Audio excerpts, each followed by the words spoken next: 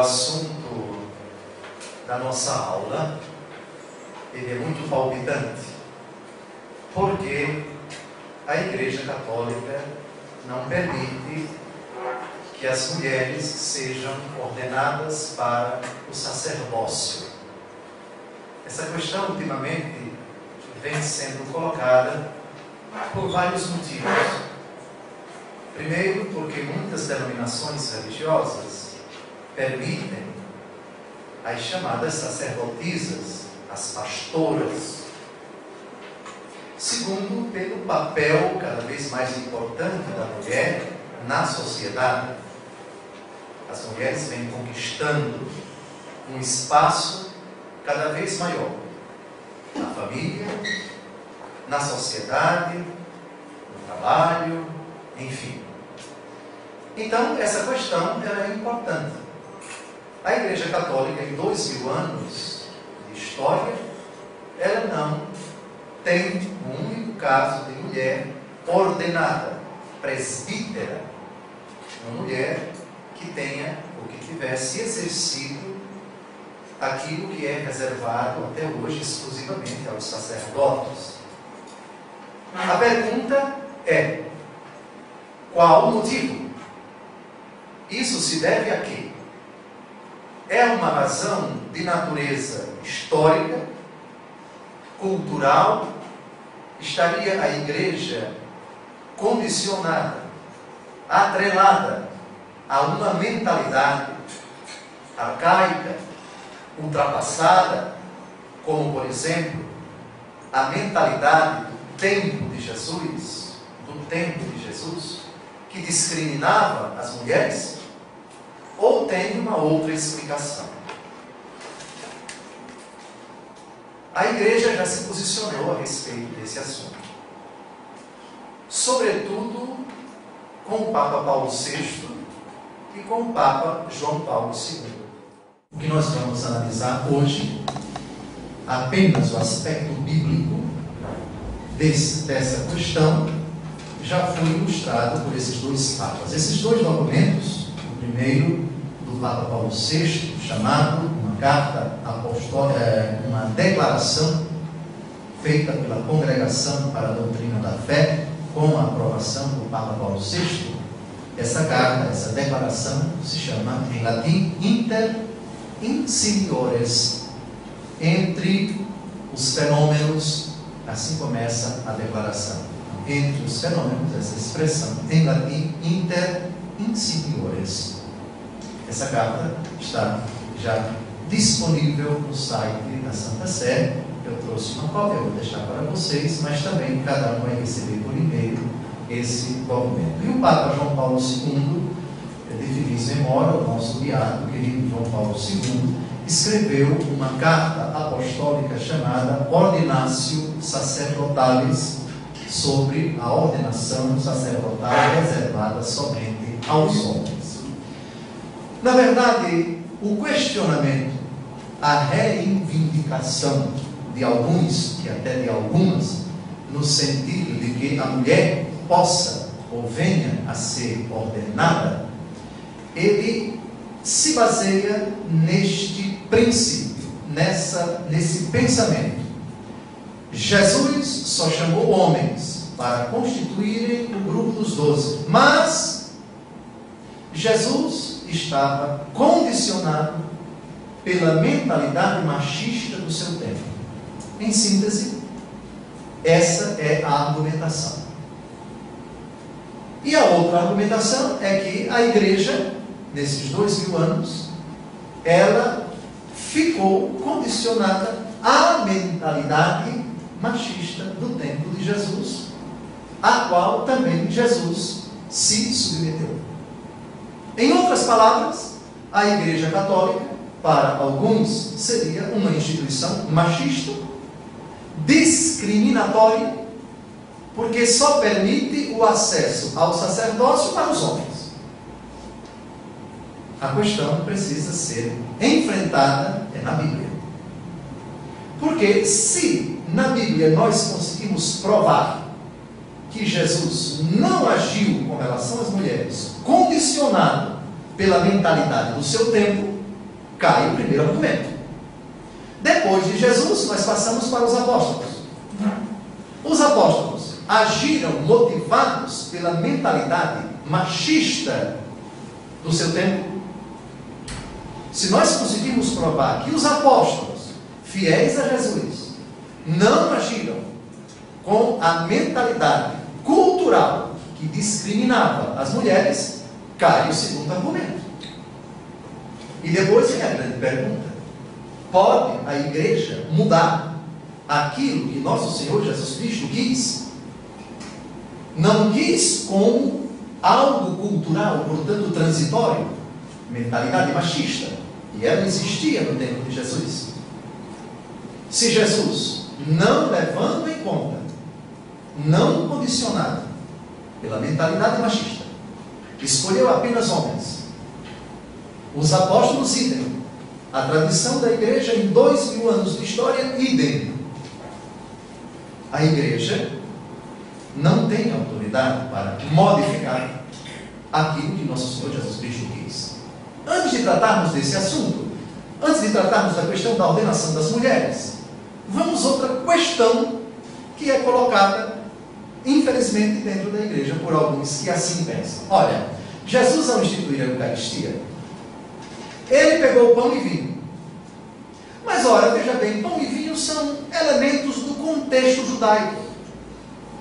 São realidades que existiam e ainda existem hoje com abundância no mundo judaico.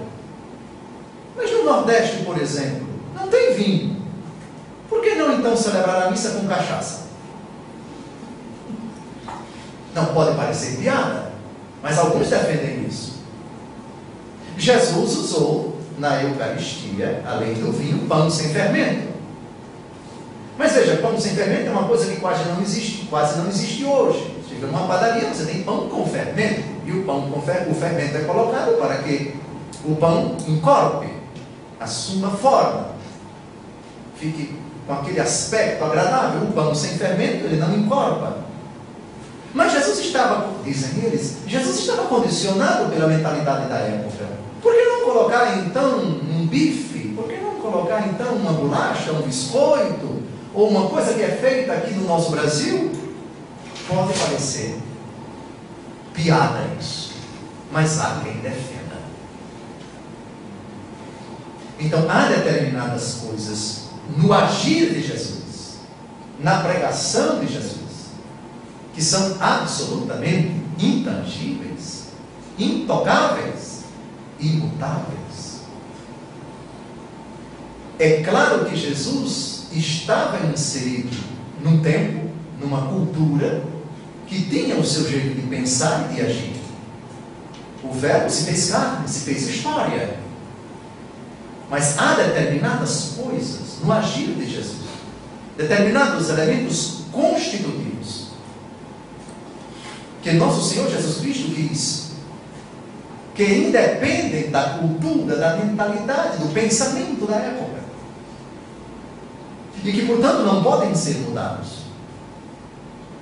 Elementos institucionais. E o sacerdócio, quando nosso Senhor Jesus Cristo decidiu reservá-lo exclusivamente aos homens, não significa dizer que ele discriminou as mulheres. Lembrem-se da distinção entre discriminação e distinção, da separação entre distinção e discriminação. Distinção é a separação que não fere a justiça. Discriminação, ela é motivada por categorias injustas, categorias que não têm fundamento. Porque nosso Senhor Jesus Cristo reservou apenas para as mulheres a possibilidade de engravidar e aos homens não? Há determinadas coisas, há determinadas perguntas, cuja resposta tem que ser lapidada, tem que ser contundente, tem que ser incisiva, tem que ser quase monossilábica. O Senhor assim o quis. Mas outra pergunta precisa ser feita: qual o papel, qual a missão que nosso Senhor Jesus Cristo deu para as mulheres, que aliás não deu para os homens? É o que nós vamos ver agora. Portanto, vamos derrubar na Bíblia esse argumento, desculpem a expressão, fajuto. Fajuto porque quem lê a Bíblia, quem conhece a Bíblia, chega até a sentir graça diante dessa afirmação que Jesus foi machista. Porque nós vamos ver a partir de agora os critérios usados por nosso Senhor Jesus Cristo para a escolha daqueles que Ele quis que permanecessem com Ele, os 12.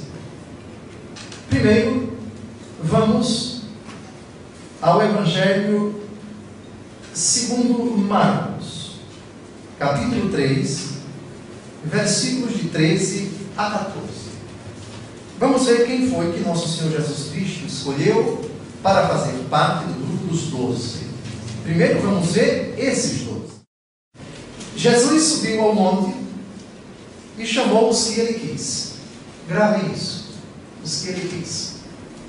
Isso não quer dizer que porque Ele não chamou Nossa Senhora, Ele não quis Nossa Senhora. Ele quis Nossa Senhora para uma outra missão. Aliás, Ele vai chamar também muitas mulheres, mas para outra missão. Distinção de funções. Divisão de responsabilidades. Como nós fazemos todos os dias. Nós temos nossos critérios subjetivos para a escolha das pessoas que nós escolhemos para trabalharem conosco. Jesus chamou os que Ele quis e foram a Ele. Designou 12 dentre eles para ficarem em sua companhia. Ele os enviaria a pregar com o poder de expulsar os demônios. E depois se segue a relação dos 12 apóstolos, 12 homens. Muito bem. Vamos ao Evangelho segundo João, capítulo 15, versículo 16. Jesus escolheu, motivado por que critérios? Por quais critérios? Não fostes vós que me escolhestes, mas eu vos escolhi, e vos constituí para que vades e produzais fruto, e o vosso fruto permaneça. Eu assim vos constituí, a fim de que tudo quanto pedirdes ao Pai em meu nome, Ele vos conceda. Ele escolheu os que Ele quis. Os critérios foram absolutamente dele. Vamos ao livro dos Atos dos Apóstolos, capítulo 1, versículo 2.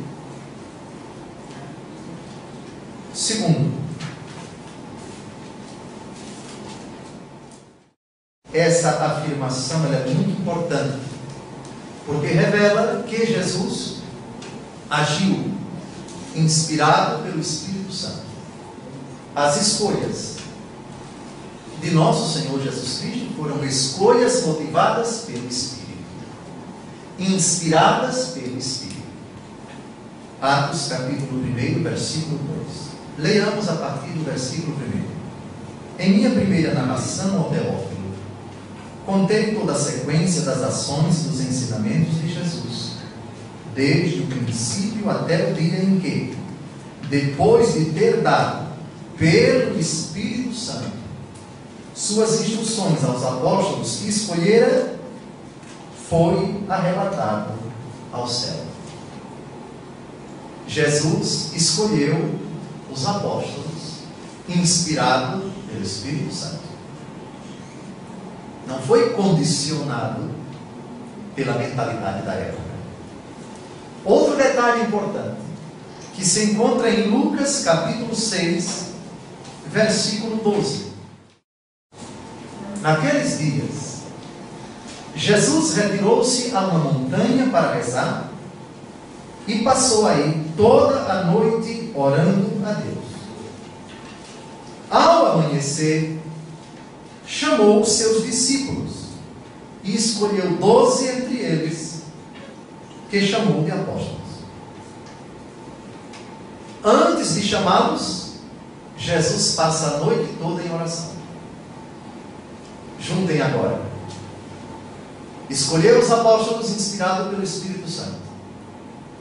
Antes de escolher, passou a noite em oração. Aqui não temos categorias culturais. Aqui temos categorias de fé. Aqui temos o Messias que ora ao Pai. Para que, pelo Espírito Santo, ele escolha os seus. Aqui nós temos uma escolha inspirada e não uma escolha condicionada pela mentalidade da época. Repito, a mentalidade cultural no tempo de Jesus era desfavorável à mulher. Mas já vimos até agora que os critérios para a escolha dos 12 não foram critérios condicionados à cultura, inspirado pelo Espírito Santo. Passou a noite em oração. Agora, já temos um grupo dos 12, do qual mulheres não fazem parte. Se Jesus agia desse modo, não era para se conformar com os usos da época, porque a atitude de Jesus em relação às mulheres contrasta, e vamos ver agora, contrasta em absoluto com a mentalidade discriminatória, ou pelo menos desfavorável à mulher. E o que nós vamos ver agora é exatamente o contrário. Um Jesus, eu vou usar uma expressão, por favor, não me interpretem mal, um Jesus revolucionário para a sua época. Um Jesus que, vou dizer até uma brincadeira, Jesus, com os textos que vamos ver agora, está mais para feminista do que para machista. Porque o valor, a promoção que ele vai fazer às mulheres, as atitudes dele com relação às mulheres, é uma atitude impensável para aquele tempo. Jesus, do ponto de vista então sociológico, com relação às mulheres, está séculos além do seu tempo. Agora, nós vamos percorrer alguns versículos da Bíblia que vão deixar uma feminista ou um feminista contestador de cabelo arrepiado. E nós vamos ver nosso Senhor Jesus Cristo fazer coisas com as mulheres que impressionam. Vamos ver. Muito bem, vamos ver. Primeiro vamos ao Evangelho segundo João, capítulo 4, versículo 27. João, capítulo 4, versículo 27.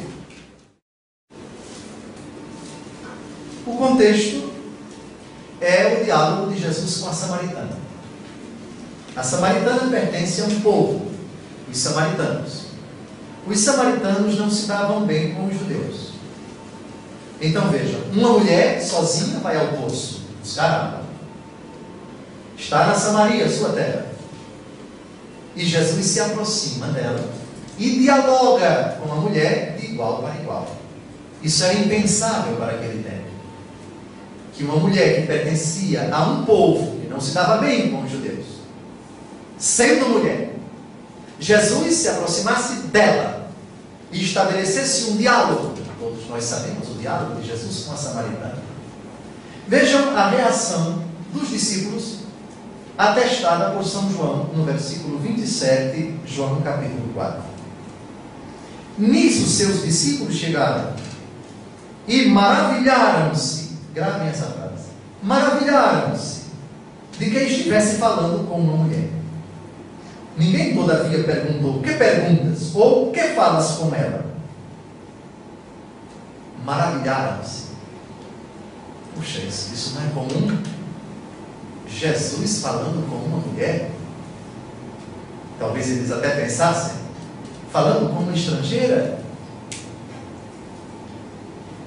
Primeira, se Jesus fosse machista, se Jesus tivesse se adequado à mentalidade daquela época, não trataria nada com uma mulher, muito menos estrangeira. Primeiro argumento. Muito importante isso, hein? Depois, vamos agora a outra mulher. Mulher e hemorroíça. Hemorroíça é uma mulher que tem um fluxo de sangue contínuo saindo dela. Ninguém sabe que parte do corpo. Ninguém sabe se era um problema no seu órgão genital. Não sei. Hemorroíça. Ela tinha constante sangramento. Sangramento constante. Vamos ao Evangelho segundo Mateus, capítulo 9, de 20 a 22. Mateus 9, de 20 a 22. Ora, uma mulher atormentada por um fluxo de sangue, havia 12 anos, aproximou-se dele por trás e tocou-lhe a orla do manto. Dizia consigo: se eu somente tocar na sua vestimenta, serei curada. Jesus virou-se, viu-a e disse: tem confiança, minha filha, tua fé te salvou. E a mulher ficou curada instantaneamente. Mulher enferma. Vamos admitir que esse fluxo fosse um fluxo vaginal. Mais um motivo para um machista não chegar perto dela. Jesus não levou em conta essa mentalidade. Permitiu que ela, mulher e enferma, chegasse perto dele, tocasse dele. E ele não a rechaçou. Ele não a hostilizou. Outro argumento contra essa afirmação de que Jesus estava condicionado ou agiu motivado pela mentalidade machista do seu tempo ao não permitir mulheres no grupo dos 12. Vamos agora ao Evangelho segundo Lucas, capítulo 7, versículos de 37 a 38. Lucas 7, de 37 em diante. Agora é uma pecadora. Nós não sabemos o nome dessa mulher, nem que pecado ela cometeu. Aqui eu devo dizer, depois vamos tratar de Maria Madalena. Coitada, foi injustamente acusada de prostituta. E essa pecadora, de que vamos tratar agora, no Evangelho segundo Lucas, foi identificada com ela. Não é verdade.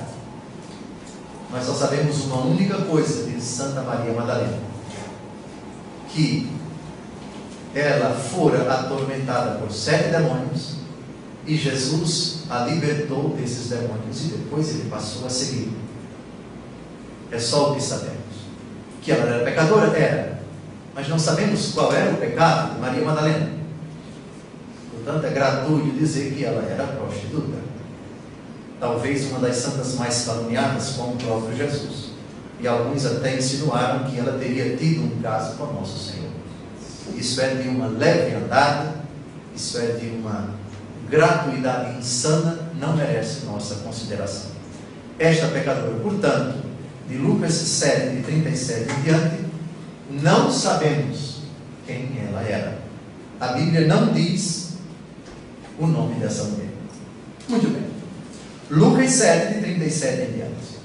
Uma mulher pecadora da cidade, quando soube que estava à mesa em casa do fariseu, trouxe um vaso de alabastro cheio de perfume.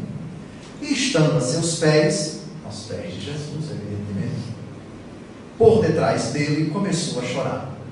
Pouco depois, suas lágrimas banhavam os pés do Senhor, e ela os enxugava com os cabelos, beijava-os e os ungia com o perfume.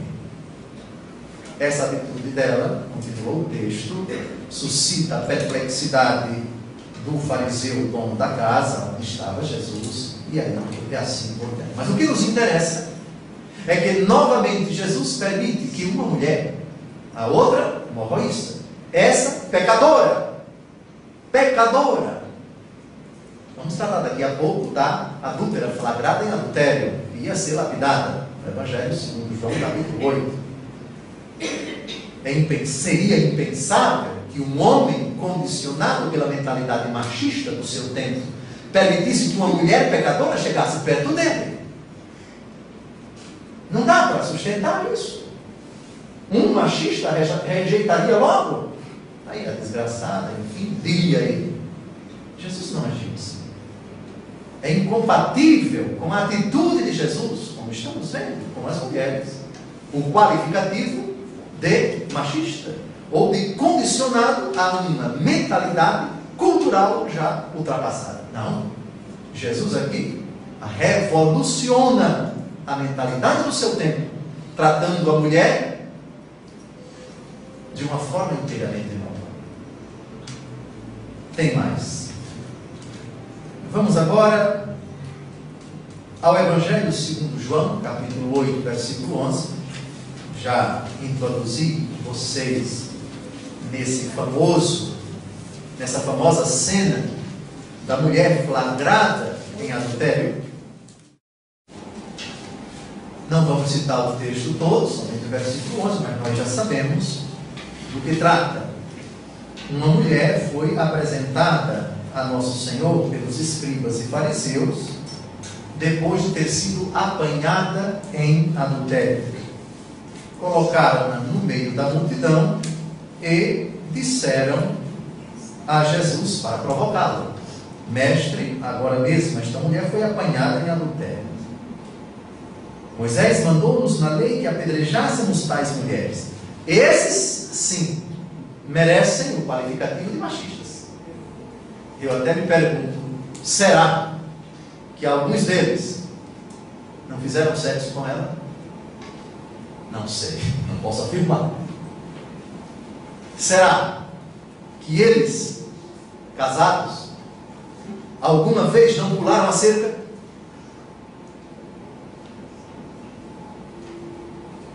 Não sabemos. Mas o fato é que esse sim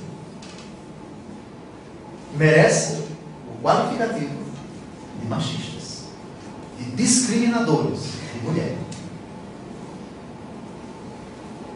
O que dizes tu aí a respeito disso? Perguntaram-lhe isso a fim de pô-lo à prova e poderem acusá-lo. Jesus se inclina para a frente e escreve com um dedo na terra. Eles insistem. Jesus se ergue e diz: quem de vós estiver sem pecado, seja o primeiro a lhe atirar uma pedra. Inclina-se novamente e começa a escrever na terra. A essas palavras, diz o versículo 9, sentindo-se acusados pela sua própria consciência, eles se foram retirando um por um, até o último, a começar pelos mais idosos, de sorte que Jesus ficou sozinho com a mulher diante dele. De novo, Jesus sozinho com uma mulher, com a samaritana. Então ele se ergueu e, vendo ali apenas a mulher, perguntou-lhe: mulher, onde estão os que te acusavam? Ninguém te condenou? Respondeu ela: ninguém, Senhor. Disse-lhe então Jesus: nem eu te condeno. Vai e não tornes a pecar. O machista não agiria dessa forma jamais. É injusto dizer que Jesus agiu durante sua vida pública, pelos textos que já refletimos até agora, motivado pelo machismo. Que Jesus se adequou à mentalidade que desfavorecia a mulher. Não é justo. Depois, vamos agora a frases revolucionárias. Jesus coloca em pé de igualdade, em direitos e deveres, homens e mulheres. Foi o grande mérito da Constituição brasileira de colocar homem e mulher com iguais direitos e deveres. Está bem, mas isso não é novidade nenhuma. Jesus já fez isso 2.000 anos antes. 2.000 anos atrás. Vamos ver agora textos que causam um impacto tão bonito no nosso coração. Para Jesus, homem e mulher têm iguais direitos e deveres. O que vale para um, vale também para outro. Marcos, capítulo 10, versículos de 2 a 11.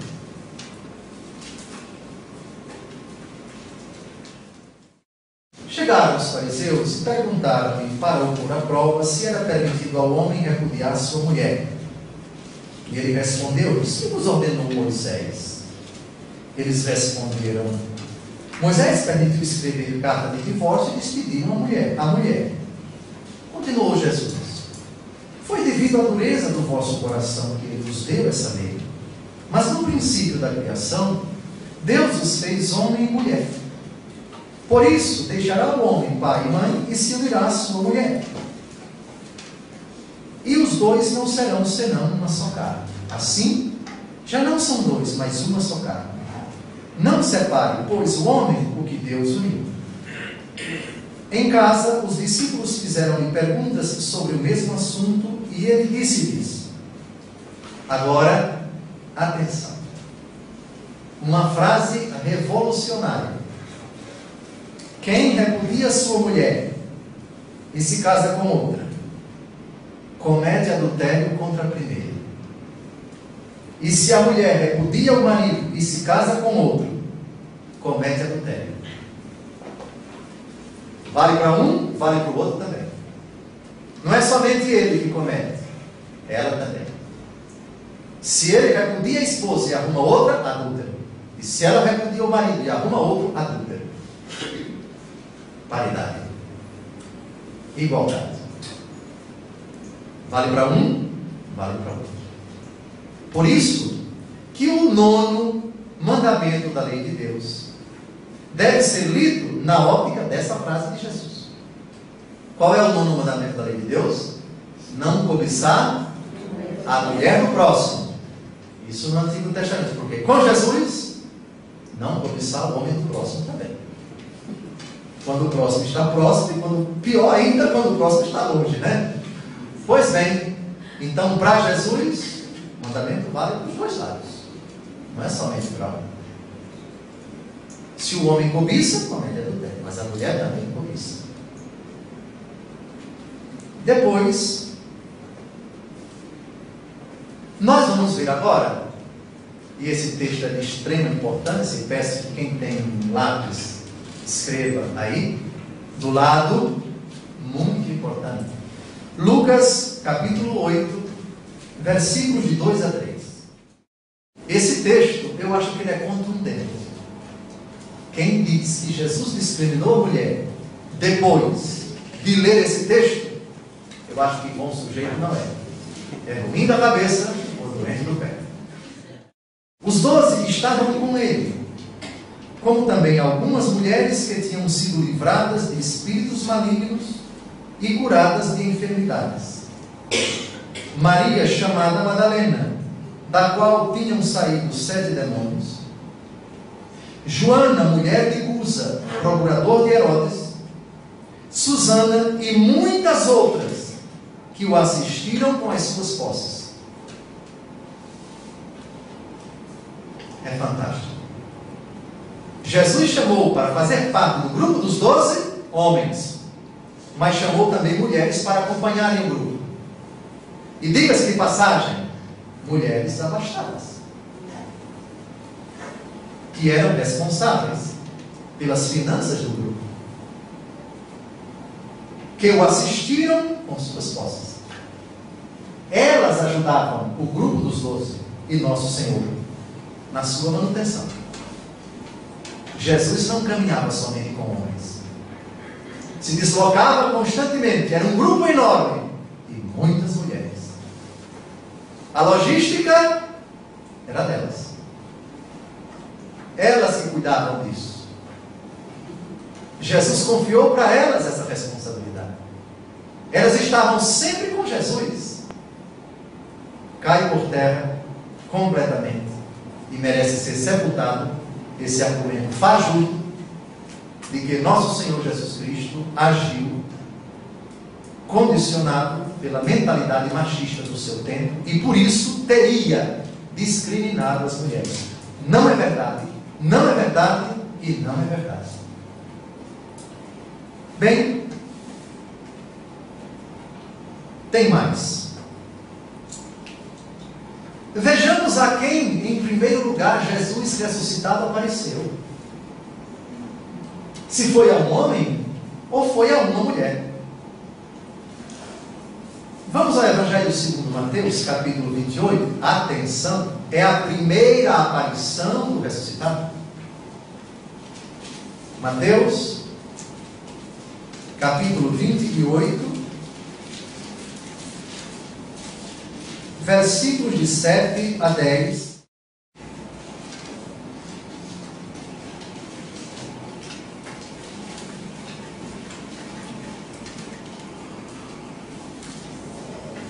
Vejamos quem foi ao túmulo depois do sábado, portanto, quando amanhecia o primeiro dia da semana, logo no começo do capítulo 28. Maria Madalena e a outra Maria foram ver o túmulo. E houve um violento tremor de terra, o anjo do Senhor desceu do céu, rolou a pedra e sentou-se sobre ela. Resplandecia como relâmpago, suas vestes eram brancas como a neve. Os guardas, vendo isto, pensaram que morreriam de pavor. Mas o anjo disse às mulheres: não temais. Sei que procurais Jesus, que foi crucificado. Não está aqui. Ressuscitou como disse. Vinde e vede o lugar em que ele repousou. A primeira ordem, o primeiro anúncio de anunciar, a primeira ordem de anunciar a ressurreição foi dada às mulheres.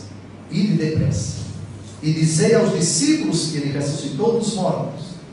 Ele vos precede na Galileia. Lá o haveis de ver, eu vos disse.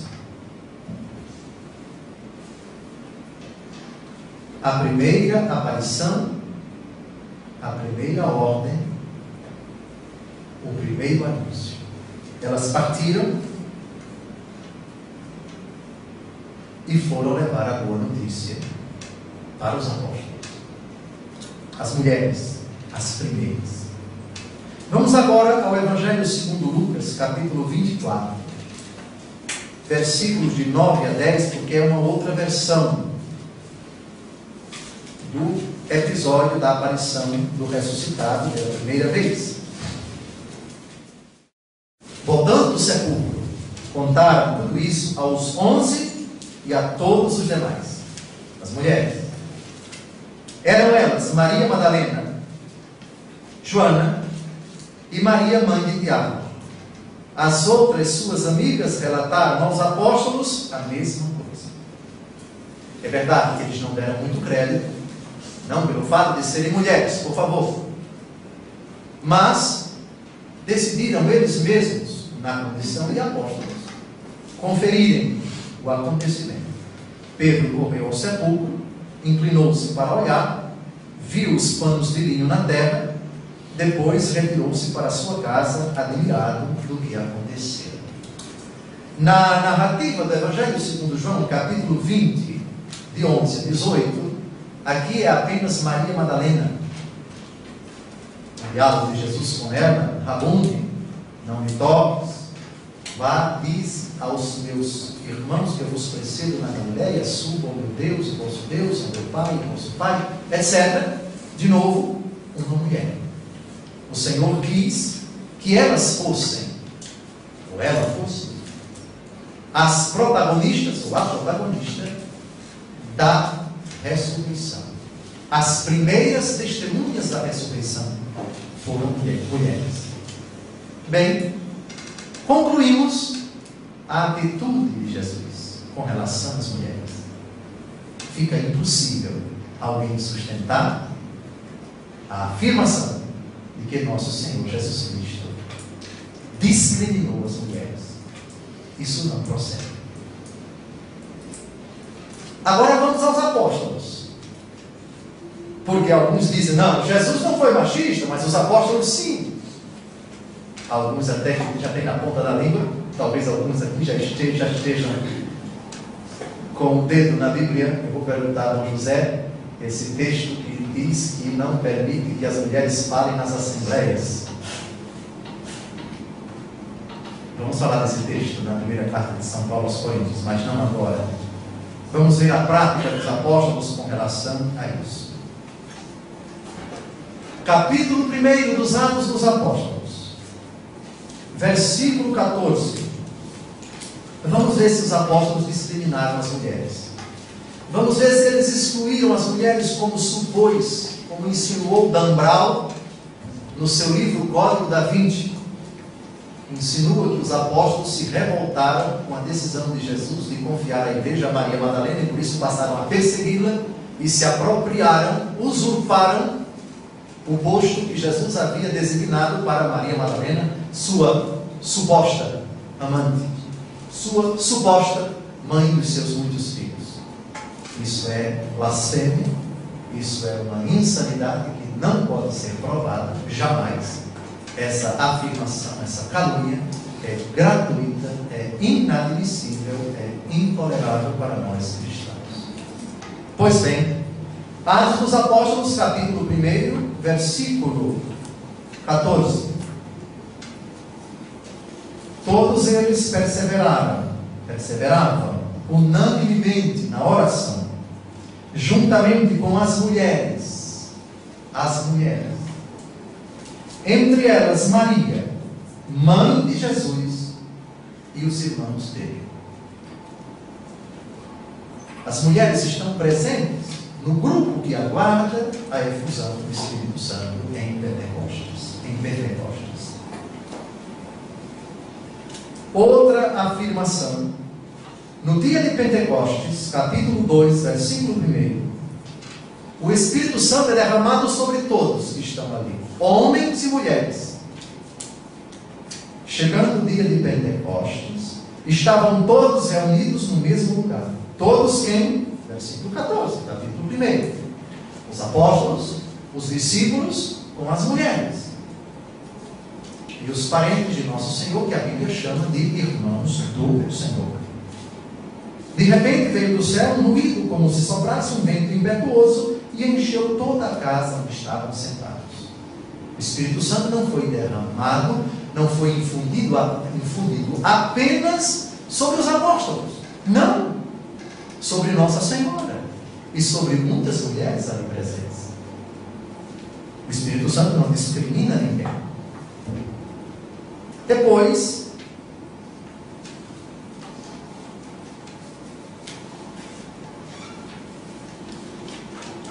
vejamos agora mulheres ajudando os apóstolos na tarefa de pregar o Evangelho. Muitas mulheres. Romanos capítulo 16. Romanos capítulo 16.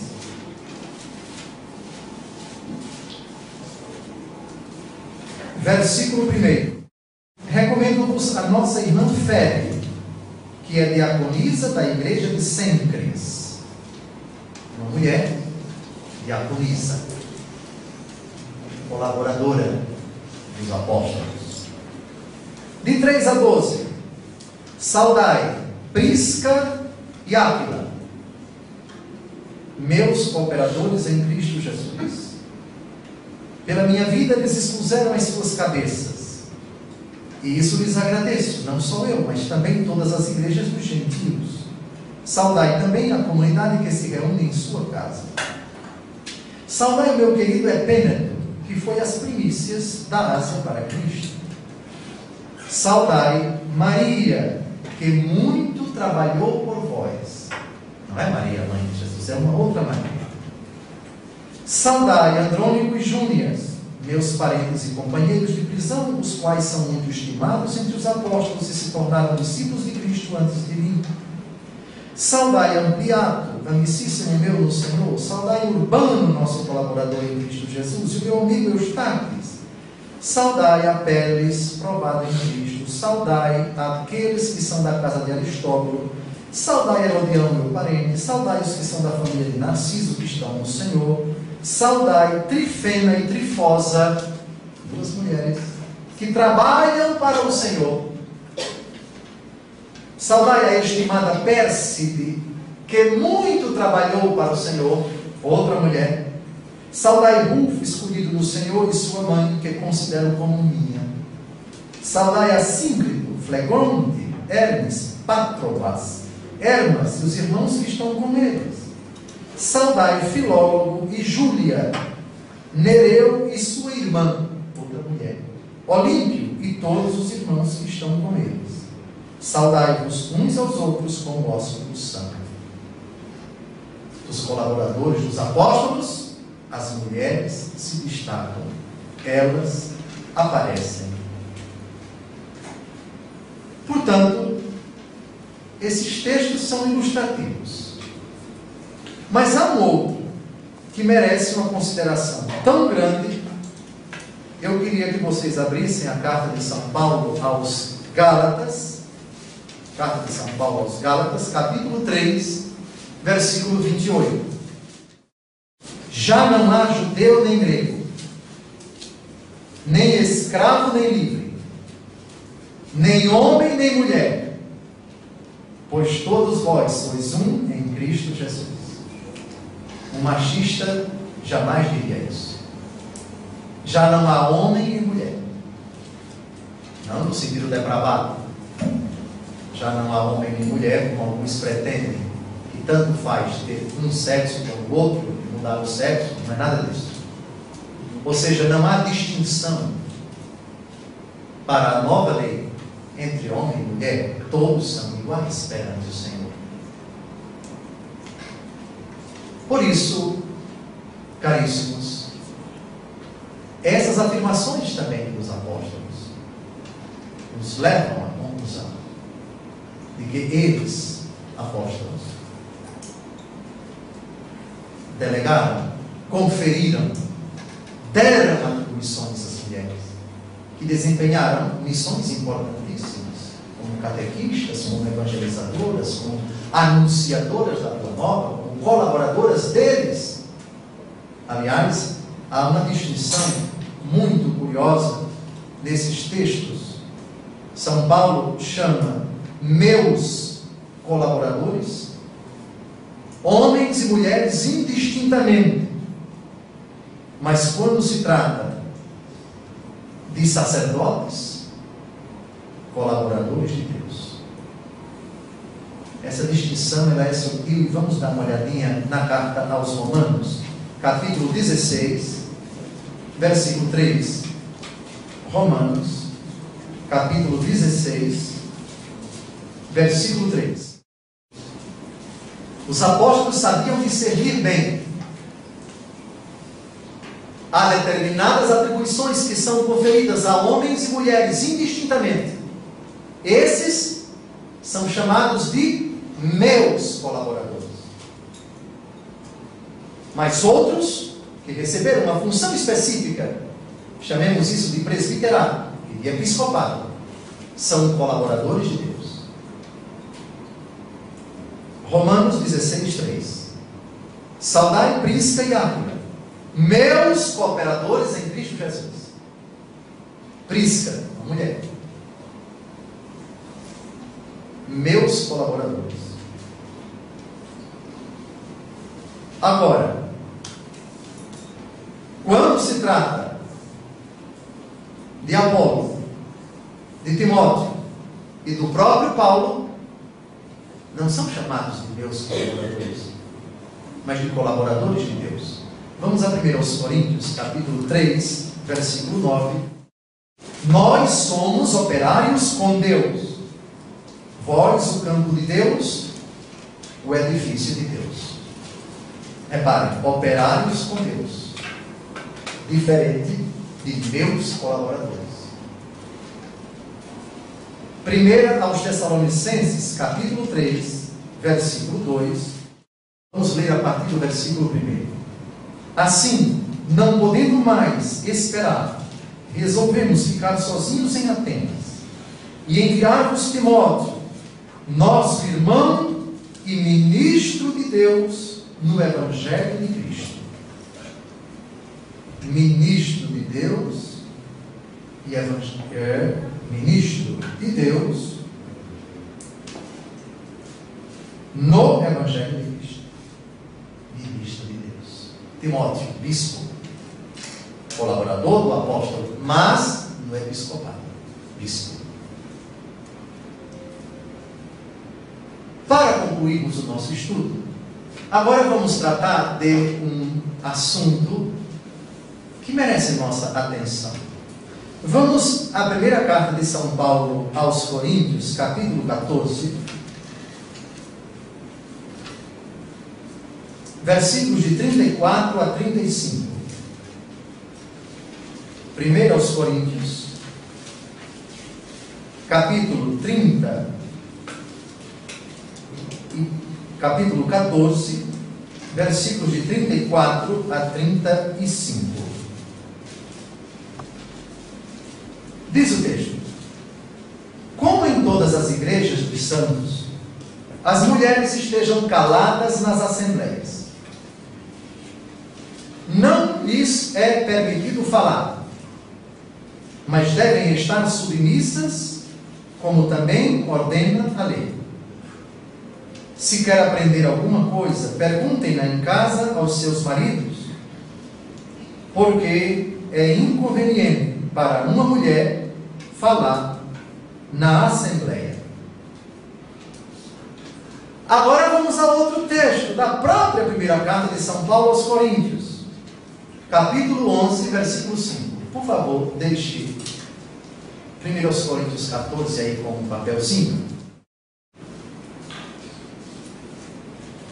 Diz o texto: e toda mulher que ora ou profetiza, não tendo coberta a cabeça, falta ao respeito ao seu Senhor, porque é como se estivesse rapada. Nesse texto, a mulher profetiza. Portanto, anuncia as coisas de Deus.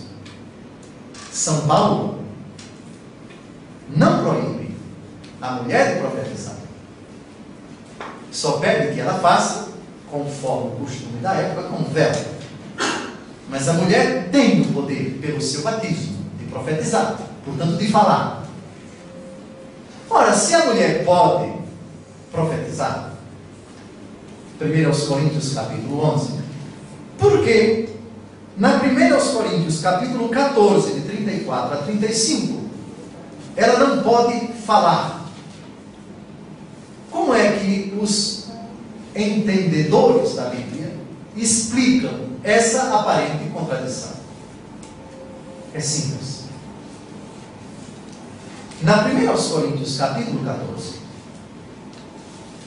trata-se de assembleia, termo técnico para se referir ao culto cristão. Ora, o culto cristão era presidido pelos sacerdotes, a quem já desde esta época era reservada exclusivamente a pregação. Por isso, numa missa, se um leigo pregasse hoje, ou uma leiga, isso suscitaria perplexidade. Primeiro, porque é proibido. A homilia é reservada ao diácono, ao padre ou ao bispo. Isso é tão antigo quanto a própria igreja. Então vejam, 1 aos Coríntios, capítulo 14, a mulher não pode pregar na assembleia. Por outro lado, capítulo 11, ela profetiza. Por quê? Ela não pode falar na assembleia. Falar no sentido de pregar. Porque a pregação é reservada a quem preside culto, a quem preside a assembleia, a quem preside a celebração litúrgica, aos sacerdotes. Então não se trata de discriminação, se trata de distinção. Se a aniversariante desejasse pregar e convidasse, e se convidasse, se oferecesse ao Padre Mônaco, o Padre Mônaco certamente responderia com muita educação: eu não posso permitir. Mas o senhor estaria me discriminando? Não é discriminação, é distinção. Na missa, cada um tem tarefas bem precisas. A pregação na missa é exclusiva do padre, como a gravidez no matrimônio é exclusiva da mãe. E isso não é discriminação da natureza. Cada um recebeu uma função, e essa função é desempenhada por ele. Na liturgia da igreja, cada um desempenhe aquilo que é da sua competência. Seria muito estranho, por exemplo, se o padre Mona, na missa dominical, fizesse a primeira leitura, tendo pessoas alfabetizadas no meio do povo. Seria estranho se o padre Mônaco cantasse o salmo. Isso não é competência dele, é competência dos leigos. Oração dos fiéis. Se Dom José, presidindo a missa, fizesse a oração dos fiéis, seria no mínimo estranho. Não é que ele não seja fiel, mas é competência dos leigos essa função durante a celebração eucarística. Concluindo, a igreja, diante de todos esses argumentos, entendeu que a vontade do Senhor em reservar apenas aos homens a função do sacerdócio, apóstolos, depois os seus sucessores, os bispos, depois os seus colaboradores, os presbíteros e depois os diáconos, mediante a imposição das mãos, e os apóstolos, a igreja entendeu que a vontade de Jesus, tendo sido conservada por todos os apóstolos, e vimos isto nos livros do Novo Testamento, e a tradição da igreja em 2000 anos conservou o desejo de Jesus e a vontade dos apóstolos, a igreja reconhece que isto não é uma questão acidental, contingencial, cultural, mas é vontade divina. Portanto, trata-se de uma doutrina irreformável, uma doutrina definitiva, e a igreja, nesses dois documentos que nós citamos, ela afirma categoricamente e contundentemente que ela não tem poderes para permitir que mulheres tenham acesso ao sacerdócio. Isso, de forma alguma, menospreza o valor da mulher. A mulher tem um valor, tem um papel, desempenha missões, atribuições imensas na igreja. E são tantas que eu não vou citar nenhuma. Tantas santas, tantos santos, religiosos, religiosas, leigos, leigas, enfim, que desempenharam ao longo de 2000 anos de história da igreja tantos papéis, tantas atribuições, a missão sublime da mulher na igreja, o valor que a igreja confere à mulher, o grande lugar, o grande papel que ela desempenha, isso coloca por terra qualquer argumentação de que a igreja católica ela discrimina as mulheres. Há determinadas, portanto, realidades que são institucionais. O instituto da família. O homem deixa seu pai e sua mãe e se une à sua mulher. Deus não discriminou as pessoas do mesmo sexo, proibindo-as de ter acesso ao matrimônio. A natureza. Deus conferiu a natureza humana que o instituto matrimonial fosse constituído pela diversidade dos sexos. E no próprio matrimônio, Deus conferiu à mulher um papel que ela não deu ao homem. A gravidez, a maternidade, e assim por diante. Portanto, eu concluo defendendo a doutrina da igreja e dizendo que nesse assunto a igreja, em hipótese alguma, discrimina as mulheres, e essa vontade de nosso Senhor Jesus Cristo é vontade do próprio Deus, Ele que é Deus com o Pai e com o Espírito Santo, e que quis, ao assumir a natureza humana, assumir o sexo masculino. Ele poderia ter vindo sob forma de mulher, ter assumido a natureza humana feminina, mas não quis. Nem por isso ele discriminou a mulher, porque ele quis nascer de uma mulher.